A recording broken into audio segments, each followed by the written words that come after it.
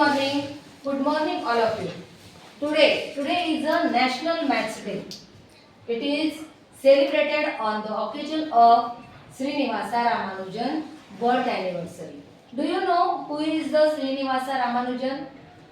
He is a great mathematician. Maths is not a numerical subject. Actually, it is a thinking, discipline of a thinking, logical thinking, rationality, so many things. So, and first means don't frighten of the maths, because maths we want to in daily routine. We are using again and again. In daily routine we are using the maths. How it is? So, time management, वेळेचं नियोजन, पैशांचा व्यवहार, बांधकाम, मोजमाप, अभियांत्रिकी क्षेत्रात, तंत्रज्ञानात, अशा बरेच क्षेत्रात, इवन विज्ञानात सुद्धा तुम्हाला मॅथ्स असतं. तर अशा बऱ्याच क्षेत्रात गणित हा विषय आलेला आहे. आणि गणित हा विषय म्हणजे गणितामुळे विद्यार्थ्यांची जी विचारसारणी क्षमता आहे ती देखील भरपूर वाढते.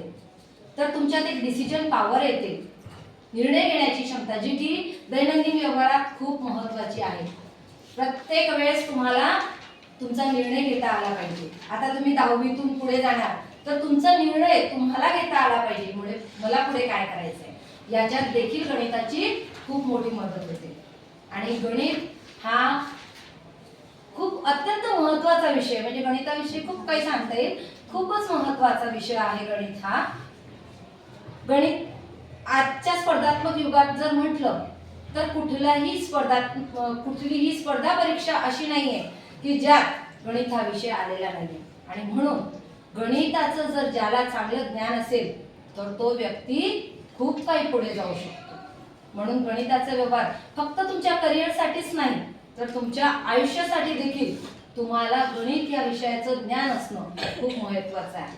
जसं मी सांगितल्यानुसार की टाइम मॅनेजमेंट या बऱ्याच क्षेत्रात त्याची गरज पडते तुम्हाला.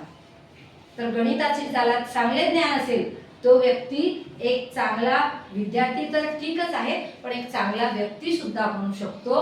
आणि म्हणून म्हणजे मला एक असं वाटतं की without maths nothing is possible.